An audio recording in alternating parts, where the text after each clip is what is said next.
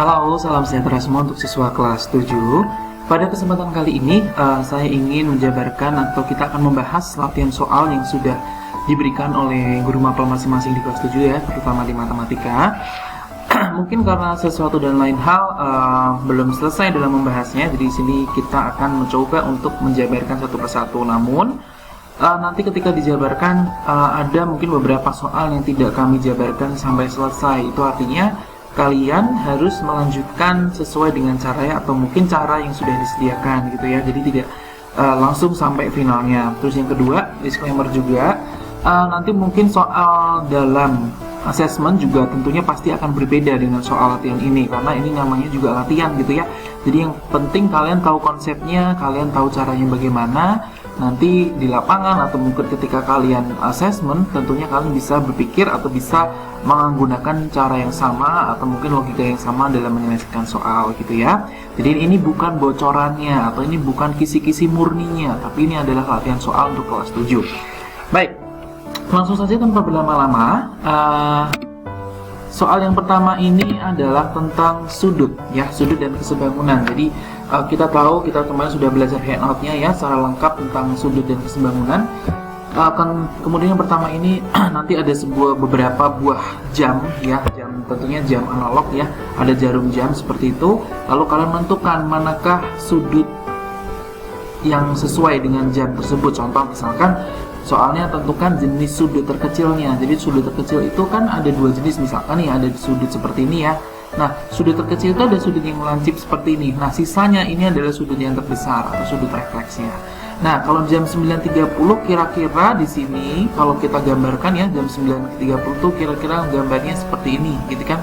Setengah 10 malam atau setengah 10 pagi gitu seperti ini ya. Jadi di sini dia jenisnya adalah jenis sudut tumpul, gitu ya. Kalau 12.15 itu kira-kira di sini ya, karena tentunya udah tahu jam. Kalau di sini tentunya dia adalah sudut lancip. Kalau 16.45 tuh kira-kira di sini, kemudian ada di sini gitu ya.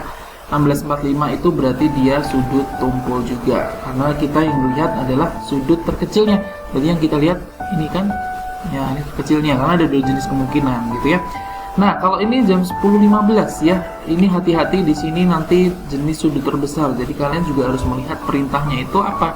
Jadi jangan asal saking semangatnya kalian sampai lupa perintahnya apa ya, gitu ya. 10.15 seperti ini ya, kira-kira kalau kalian jam dinding kalian ya, sudut terkecilnya kan ini. Nah, sedangkan kita bicara sudut terbesar, berarti dia adalah sudut refleks. Lalu 18.30 itu di sini ya, seperti ini kira-kira. Sudut terbesarnya berarti dia juga sama, sudut refleks. Nah, tapi besok ketika soal yang benar saya juga tidak tahu soalnya seperti apa gitu ya. Jadi bisa saja yang ditanya sudut kecil, sudut terbesar. Nah, ini yang 5.30 itu juga sudut terbesarnya adalah sudut refleks. Ketiga-tiganya sudut refleks ternyata ya. Oke, baik, nomor 3. Teluskan semua sudut yang terbentuk pada gambar di bawah ini. Kira-kira ada berapa buah sudut ya? Kita tulis yang pertama sudut apa ini? Sudut PSQ ini ya. PSQ. Kemudian ada sudut mungkin PSR juga bisa ya kan, segede ini ya. Sama sudut juga.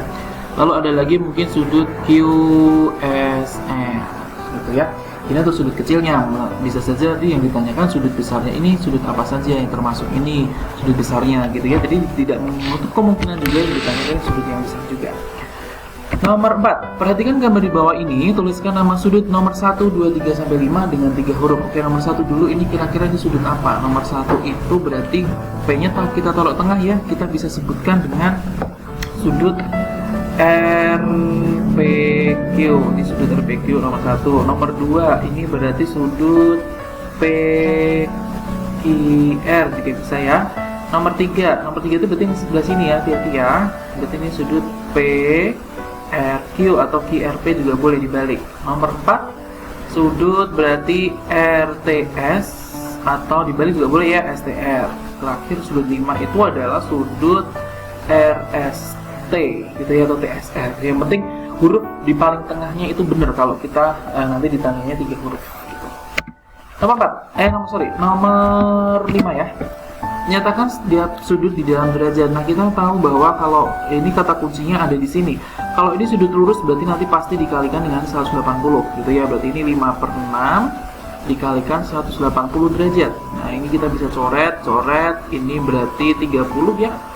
Jadi ya dia adalah 150 derajat. Mungkin ada beberapa kelas yang sudah dibahas, tidak apa-apa ya. Saya ulangi lagi di sini. Kalau seperti ini siku-siku berarti nanti pasti dikalikannya dengan 90 derajat ya. Tapi kita harus ubah ini menjadi pecahan biasa dulu karena ini masih pecahan campuran. Berarti ini 3 kali 1 3 terus ditambah 2. Berarti 5/3 kali 90 derajat. Nah, ini adalah 30.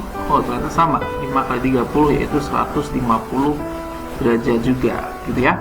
Sudut putaran pun itu berarti 360 derajat. Berarti 2/5 dikalikan dengan 360 derajat itu berapa? Di sini ya. 360 bagi 5. Besok kalau bingung gimana 360 bagi 5. 360 bagi 5 itu 7 kali 5 itu 35 ya. Nah, ini ada 10, jadi 72. Berarti di sini coret-coret ini 72, berarti 2 kali 72 adalah 144 derajat. Lalu di sini ada 27/10 siku-siku. Berarti saya harus ubah dulu berarti ya. Berarti jadi berapa? 2 kali 10 itu 20 tambah 7 berarti 27/10 kali sudut siku-siku yaitu 90 derajat. Nah, ini coret dapat 9. Lalu 27 kali 9 lagi. Kalian harus latihan juga ini teliti ya. 7 kali 9 63 nyimpen 6 gitu kan. 2 kali 9 18 tambah 3 243. Berarti di sini adalah 243 derajat. Lalu 5/9 sudut lurus gampang. 5/9 sudut lurus itu adalah 180 derajat. Berarti coret-coret 2 5 kali 20 yaitu 10 derajat. Ya. Gampang ya. Kalau ini gampang berarti ke depannya pasti gampang. Nomor 6 ini kita balik. 60 derajat ini berapa sih sudut siku-sikunya gitu ya. Saya kasih contoh satu saja, nanti lainnya kalian dilanjutkan ya. 60 derajat ini kalau ditanya siku-siku berarti bawahnya diubah menjadi 90 derajat karena siku-siku ya. Berarti kita ubah seperti ini, jadilah dia disederhanakan 6 bagi 2, 9 bagi 3 itu 3. Berarti dia di sini adalah 2/3-nya sudut siku-siku gitu ya. Kalau sudut lurus gimana? Sama saja. Kita tanyakan itu 60 derajat, berarti per 180. Nah, ini kita coret, ini jadinya adalah 1/3-nya. Ini sama seperti di handout ya, sudah ada semua. Tinggal kalian cek, kalian kerjakan bagaimana caranya. 60 per putaran itu 360. Berarti coret-coret berarti 1/6 gitu ya. Baik, yang nomor B, C, D silahkan kalian lanjut dengan cara yang sama gitu ya. Kalau nanti nggak mengerti boleh kalian tuliskan di kolom komentar. Nanti coba akan saya jawab di sana. Nomor 7 juga sama ya. Kita harus ngitung dulu. 5/6 sudut lurus itu berarti tadi ya 5/6 kali 180 itu berapa? Kalau sudah nanti dia termasuk kalau ke dalam lancip, tumpul atau refleks. Kalian juga sama. Berarti ini 5/9 dikalikan dengan 90 itu berapa? Kemudian sudut putaran, hati-hati ini 6/5 kali 360. Berarti intinya kuncinya ada di sudutnya apa? Ini 7/15 kali 180 derajat berapa? Silahkan dihitung ya. Nomor 8. Nah, ini yang sudah dibahas tentang bangun datar ya, bangun ruang sisi datar. Garis yang berpotongan dengan TP itu ini. Nah, yang berpotongan apa? Perpotongan itu pasti yang akan istilahnya dia akan bertemu. Berarti ada garis apa aja nih? TW ya, ada garis PS, ada garis TU, ada garis PQ. Apa tadi sih? PS, kemudian TW, kemudian bisa PQ, bisa TU gitu ya. Karena disebutnya 3 ya, kalau sebutnya 3 aja nggak masalah. Itu garis yang bersilangan dengan garis WV itu ini bersilangan itu berarti dia seakan-akan berpotongan tapi sebenarnya dia tidak berpotongan gitu ya. WV itu berarti dia ini ya QQ, kemudian TP juga sama boleh, kemudian ada PS juga boleh ya. Di sini kan bisa saja ke sini kalian nggak nyentuh ya. PS, kemudian ada QR gitu ya. Sejajar dengan UT itu dia horizontal, cari yang horizontal berarti ada WP, kemudian ada SR, ada PQ dan sebagainya. 3 garis sejajar dengan SR sama ya, berarti ada PQ, ada TU, ada WP juga sama SR tadi UT ya. Kemudian garis bersilangan WT. WT itu ini bersilangan berarti yang harusnya dia mirip-mirip bertemu. Berarti dia ada PQ gitu ya. Ada PQ, ada UK, ada lagi apa? Ada VR juga boleh, SR juga boleh gitu. 3 garis yang bersilangan dengan SP. SP itu ini hati-hati kalau bersilangan itu biasanya lebih rumit ya, bukan rumit sih, tapi dia mungkin lebih tricky aja gitu ya. SP itu ada UT juga bisa, kemudian UQ juga bisa, kemudian WV juga bisa, kemudian apalagi kira-kira UT, UQ, WV, sama VR juga boleh gitu ya. Nah, nomor 14. Nah, ini adalah dua segitiga kongruen. Apa itu kongruen? Kongruen itu adalah sama dan dia juga harus sebangun, artinya dia sebanding juga 1:1 gitu ya. Nah, AB di sini dia akan sama dengan QR ya kan? AB dengan QR, BC dengan IP atau PQ sama saja, DC dengan apa? Kalau DC ini dengan PS, kalau AD dengan RS gitu ya. Begitu juga sudutnya. Kalau sudut A dia akan sama dengan sudut R gitu kan, benar ya. Terus sudut B dia akan sama dengan sudut Q, sudut C dia akan sama dengan sudut P, kemudian sudut D dia akan sama dengan sudut S. Gampang gitu ya. Nomor 15. Nomor 15 ini kalian mencari pendapatan terkecil. Bagaimana cara mencari pendapatan terkecil? Tinggal kalian kalikan saja. Kalau sekilonya itu harganya segini kan? Nah, berarti kalau 9 kilo, 12 kilo kalian apakan? Nah, berarti ini harus dikalikan. Nah, dikalikan nanti kira-kira yang paling kecil dari 5 ikan ini dia yang mana? Kalian cari sendiri. Ya, dihitung ya perkaliannya. Mudah ya. Nomor 16 itu kalian diagram batang. Diagram batang itu berarti kalian harus ada 2 buah garis di sini di mana dia saling tegak lurus. Yang pertama di sini mungkin bisa kalian bulannya, lalu di sini adalah beratnya. Nah, di sini bulannya Januari, Februari sampai Desember, kalian gambar diagram batang itu modelnya diagram seperti ini. Ya. Ini diagram batang. Harus ada spasinya dan itu jaraknya harus sama. Bisa juga nanti kalau ketika kita assessment gambarnya disediakan batang, lalu kalian melihat ini datanya berapa sih jumlahnya. Jadi tidak ada menggambar di sana ya, adanya diagram batang mungkin, terus kalian akan membaca merubah ke dalam tabel itu. Nomor 17 itu piktogram. Apa itu piktogram? Piktogram itu seperti simbol tapi dia bentuknya adalah gambar-gambar. Oke, saya coba kasih contoh ya. Saya coba kasih contoh di sini. Nah, ini piktogram contohnya.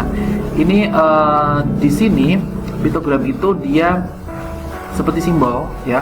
Contoh misalkan nih hari Senin dia apa sih ini?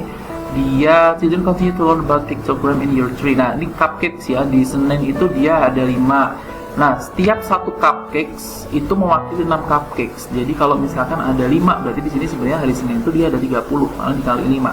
Nah, bagaimana yang setengah ini? Setengah ini berarti artinya kalau satu cupcakes aja 3, berarti kalau satu cupcakes saja 6, berarti kalau setengahnya itu berarti 3. Nah, berarti ini 3 ditambah 6 ditambah 6.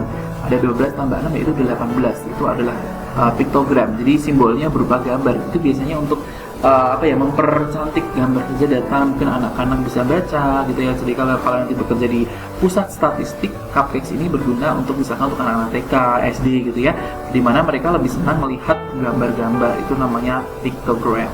Nah, terus nanti bagaimana ya, kalian lihat piktogram itu kalian hitung satu gambar ini mewakili berapa gitu ya, mewakili berapa baru bisa dihitung. Nah, baru bisa menjawab soal ini rata-ratanya berapa. Kalau rata-rata gitu bagaimana? Kalau rata-rata itu kalian jumlahkan ini semua lalu dibagi dengan 4. Ada berapa minggu di sini gitu ya. Jadi itu gampang. Selisih penjualan berarti tinggal dikurangkan gitu ya. Nomor 18 terakhir, ini kalian membuat diagram batang. Misalkan nanti ada sebuah pengeluaran berapa, kemudian pemasukannya berapa. Misalkan nih si Kristi ini kan misalkan nanti pemasukan misalkan 700 nih. 700 di sini. Sebelahnya nanti mungkin ada tabel pengeluarannya. Kalau pemasukan simbolnya seperti ini, mungkin pengeluaran dibikin seperti ini. Intinya berbeda gitu ya. Nah, ini penjualan. Nah, terus nanti bagaimana? Kalian akan disediakan diagram, kalian akan menganalisis mana yang datanya sesuai dengan pernyataan-pernyataan atau mungkin ada soal gitu ya. Baik, itu saja dari saya. Semoga kalian berhasil dan selamat belajar. Oke, bye-bye.